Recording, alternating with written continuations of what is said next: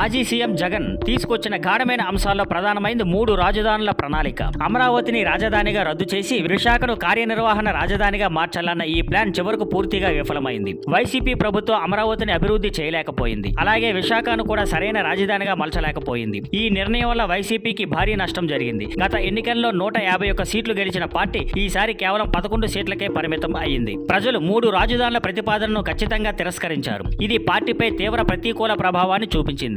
ఈ తలదెబ్బ తగిలిన తరువాత వైసీపీ 3 రాజధానుల పైకట్టును వదిలేసినట్లు కనిపిస్తోంది. మాజీ మంత్రి జోగి రమేష్ జగన్ కి అత్యంత సమీపంగా ఉండే నేతల్లో ఒకరు. తాజాగా ఒక ఆసక్తికర వ్యాఖ్య చేశారు. ప్రజలు 3 రాజధానుల ప్రణాళికను అంగీకరించడం లేదు అన్న విషయం మేము అర్థం చేసుకున్నాం. అందుకే ఇప్పుడు కలిసి అమరావతిని పూర్తిగా అభివృద్ధి చేయాలని నిర్ణయించుకున్నాం. తదుపరి జగన్ సీఎం అయితే అమరావతిని ప్రపంచ స్థాయి రాజధానిగా నిర్మిస్తాం అని చెప్పారు. అయితే గతంలో జగన్ ప్రభుత్వం అమరావతిని పూర్తిగా నిర్లక్ష్యం చేసిన తర్వాత ఇప్పుడు తిరిగి అదే అమరావతిని రాజధానిగా చెబుతుండడం ప్రజల్లో అనుమానాలు కలిగిస్తున్నాయి. ఈ యూటర్న్ వైసీపీకి ఉపయోగపడుతుందా లేదా అన్నది గట్టి ప్రశ్నగా మారింది. ఎందుకంటే ప్రజల విశ్వాసం ఇప్పటికే కోల్పోయారు.